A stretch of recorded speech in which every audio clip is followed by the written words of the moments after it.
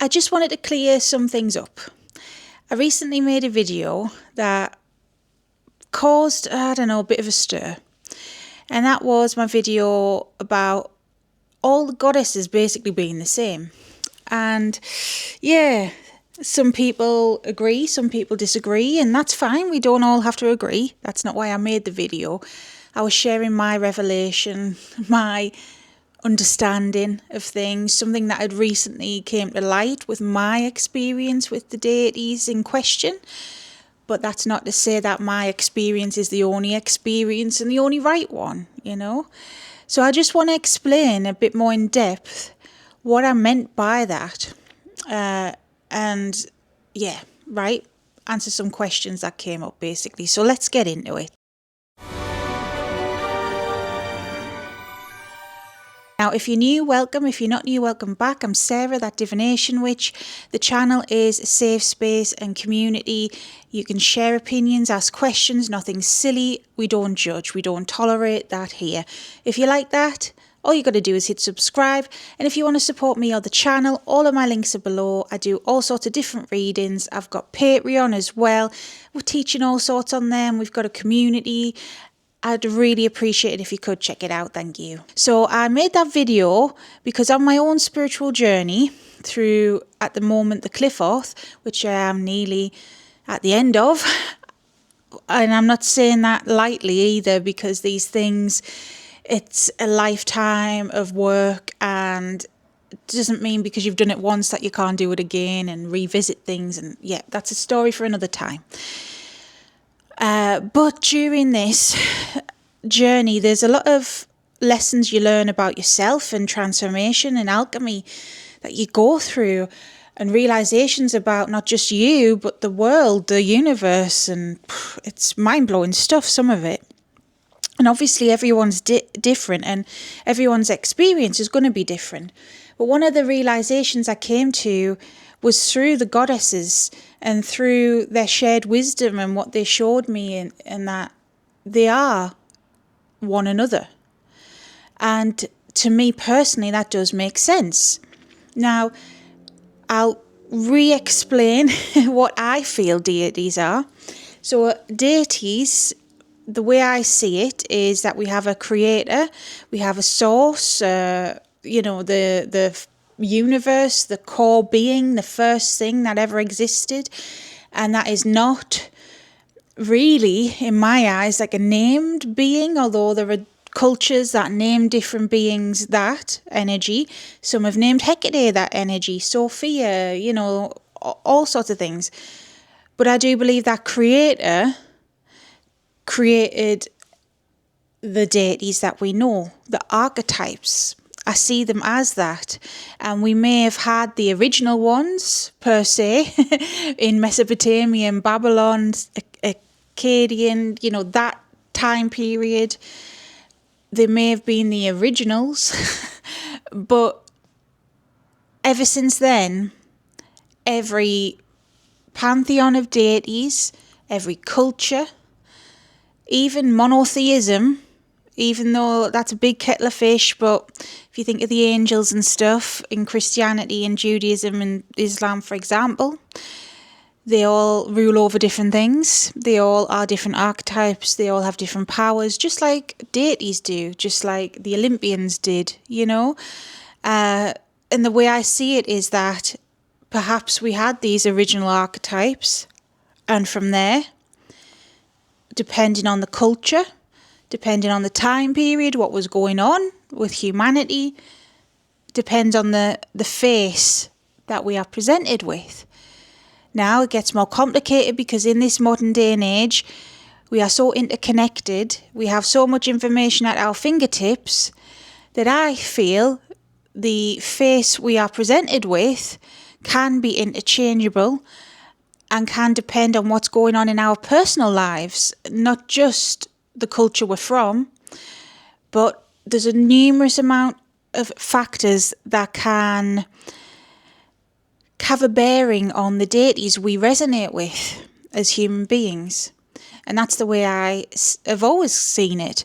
Now, that is not to say that other theories and other ideas around deities are wrong. This is my understanding and what makes sense to me, and looking at history and looking at different religions and things, what makes sense to me and what I have learned through my spirits. And that is not to say that someone else can't have another opinion, obviously, each their own.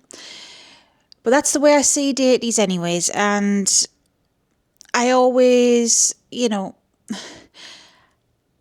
I kind of established that Hecate was a creator goddess, especially if you look at the Chaldean oracles, they name her as such. And even if they didn't name her as that, if you look into her historical epithets, she has a foot in every door. She is part of literally everything. She's got sides to her that are very dark and to do with hell and to do with vengeance and things like this. And then there's sides to her that are literally angelic, that are protective and light and healing and loving. She is primal. She is beyond. She's just everything, basically. But she's not the only goddess that is like that. And there are some other ancient goddesses that you could say are like that. And even some that are not so ancient, or still ancient to us, but archetypes, like in the modern sense, Babylon is one that I'm coming to connect with. And when we say Babylon, yeah, she's based on the whore of Babylon. But that's not all she is. She is creation. She is chaos. She is love. She is lust. She's power. She is everything. She's, and all these archetypes, when you develop such a deep connection with any deity, and this is the same for the male as well on their side of things, because I do believe we're split off into male and female, but they can also be interchangeable. There are deities like Lucifer, who is known as the morning star, who is known as Phosphorus, who is also an epithet of Hecate. There are also connotations him linked with Diana, Astarte, Venus. There's so many he's linked with because he is Venus. And it's not just Lucifer. Apollo is another example. Apollo has many epithets. He's so complex, just as complex as Hecate. And one of his epithets is named after Hecate,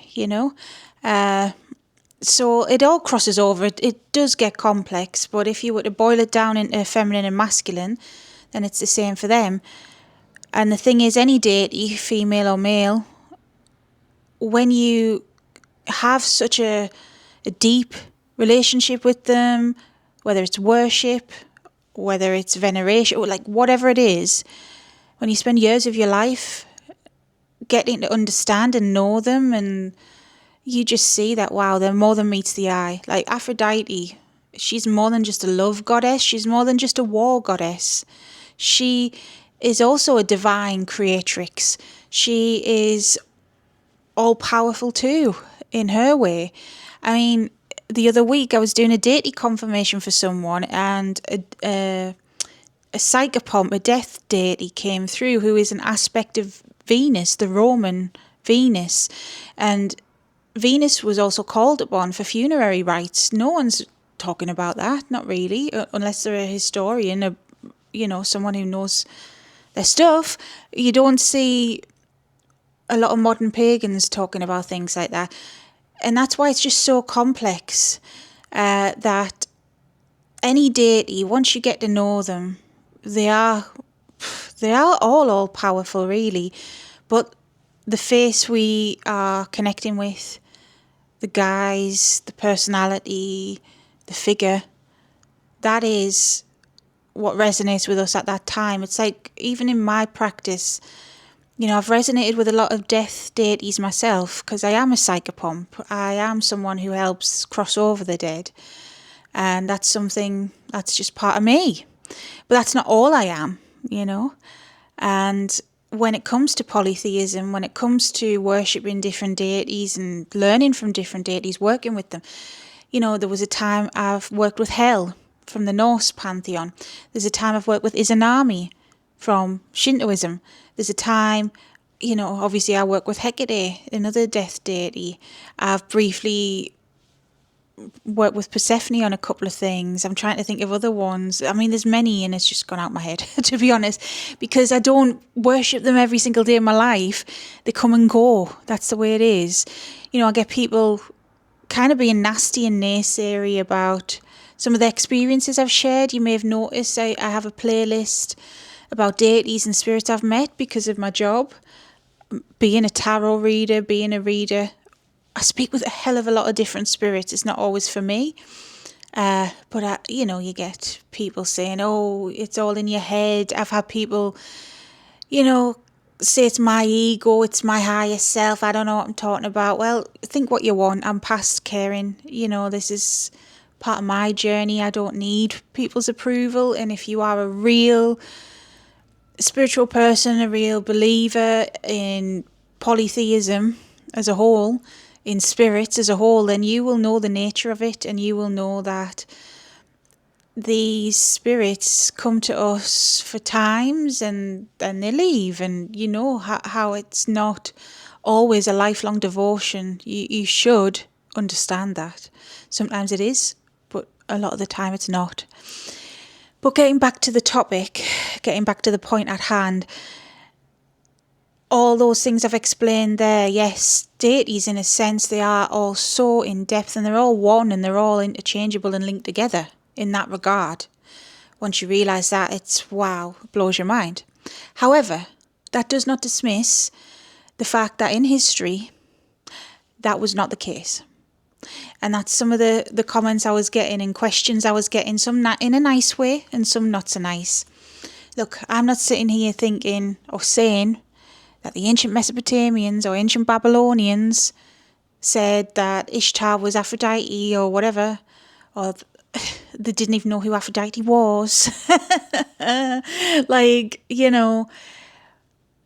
Someone living on a farm in Hellenic Greece in the arse end of nowhere would probably worship Pan and Zeus or something. They wouldn't know who Kernanos was. They wouldn't know anything else. Someone in Thrace, may have worshipped their own deity of their city and not known who else there is out there, Yeah. I'm not saying that these deities, we should just dismiss their mythology and history. Absolutely not. We should always respect their culture.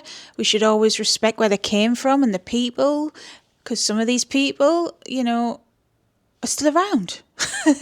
Shintoism, for example, that never died out. It may have evolved, it may have changed, but it's still a thing. So, yes, respect that. But ultimately, I'm not saying to dismiss history or mythology, and I'm not saying as well that when these spirits come to me that they are just all one thing. They do manifest in different ways. It's so complex. Hecate, I've got a story on the channel where I said how she catfished me the first time I kind of understood this. Hecate in Rome, her name was Trivia, and I was working with Hecate and Trivia for a while as separate goddesses, and I had them manifest both in front of my eyes. Well, not literally, but in my mind's eye through my clairvoyance, as two separate women, two separate spirits, but actually they were the same. Like, these powers, the higher powers, they can appear as whoever they want to be, really. It's beyond human conception, and that's why the human ego really needs to park it. We've all got one, but I was guilty of it too, but I'm learning that each their own. It doesn't affect me. I'm going to believe what I want and what I feel is right, and I'll share. And you believe what you want at the end of the day. All this gatekeeping, all this, you were doing it wrong, blah, blah, blah. It's BS, truly. It's truly BS. And this is part of what I've gone through in the spiritual journey I've been on, through the cliff earth and going through the abyss. It makes you think there's way more to life. There's someone I made a video kind of responding to who's doubling down on things about Lilith not being a pagan goddess, blah, blah, blah. babes, it really doesn't matter. It really doesn't matter in the grand scheme of things. I think people are doing it to try and be the right one, you know. I have all the power. I have all the knowledge. I know everything. That's the stance. Not just one person, but a lot of people seem to take. And that's why I've been personally hit with criticism, because I'm apparently not like that. I try not to be like that.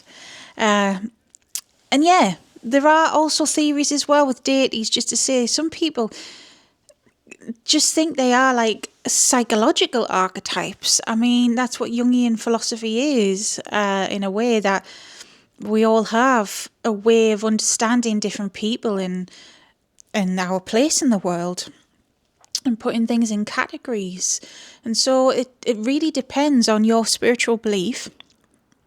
It really depends on what resonates with you and what you understand. Once upon a time, I would have understood the deities as separate beings, yes. And that's why I'm open and honest and vulnerable on my channel, and I share my journey, and I share what I know as I learn and change and grow to help maybe other people. But if you are someone who still feels that way, that they are all separate, and that's your worldview and your understanding, then that's fair enough. You do that. A lot of other people do that. And in history, people did that. And why? Because they didn't have access to information in the way we do. And I really truly feel that we need to get with the times in a way, and we need to evolve and be more open-minded, accepting of other people's opinions, even if we don't agree with them. You know, just be like, well, you do you, whatever. But nothing's set in stone. And this is what I'm realising. Absolutely nothing is set in stone. We've always got room to grow and learn. So putting yourself up on a soapbox, on a pedestal, which I've been guilty of myself in the past, it will come crumbling down, you know. So this is why as well, I just want to add as a slight end note to this video, some of the things I've been on the receiving end of. I'll make a video about separately when I know how I want to articulate this properly. But there are people who channel deities, and I'm one of them.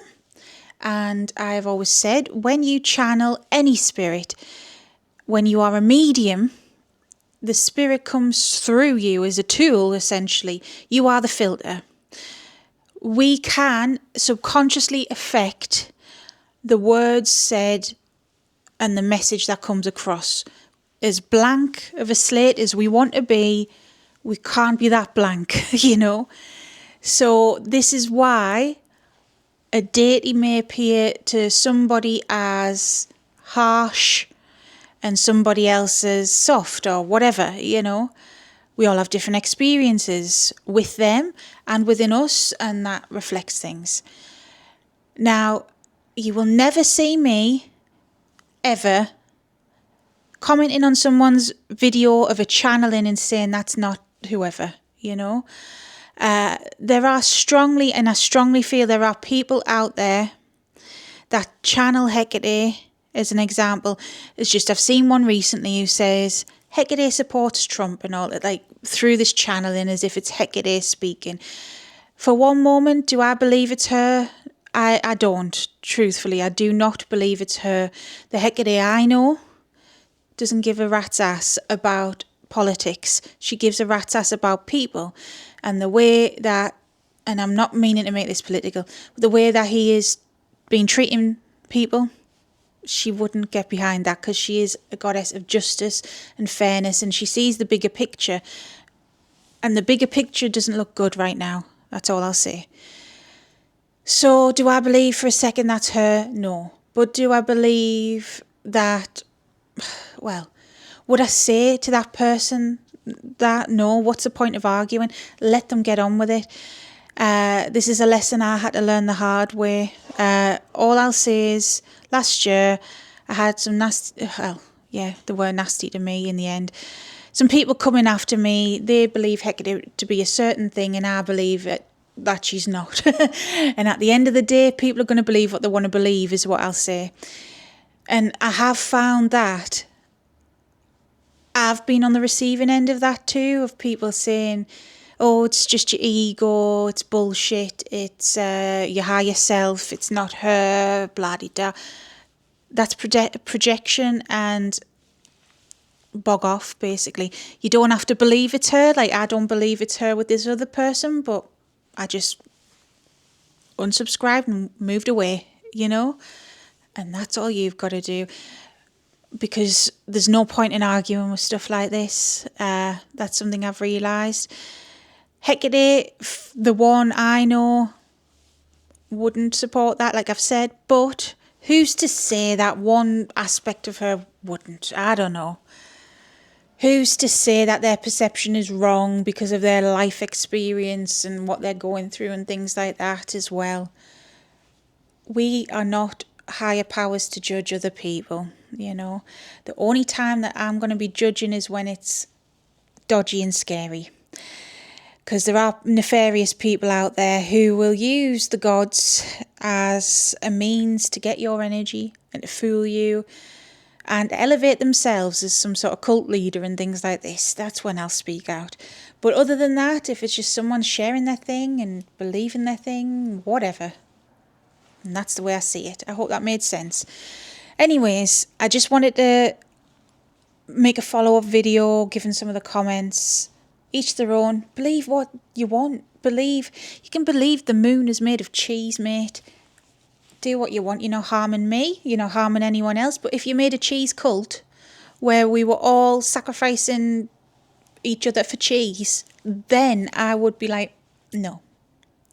We need to stop that. Do you get me? So there's a difference. There's a difference between imposing belief on others, just live and let live, because we'll never agree on everything. This is why we have, at the moment, relative freedom of speech. So I've got my channel, I'll share my point of view. Someone else has theirs, they'll share theirs. Do what you want.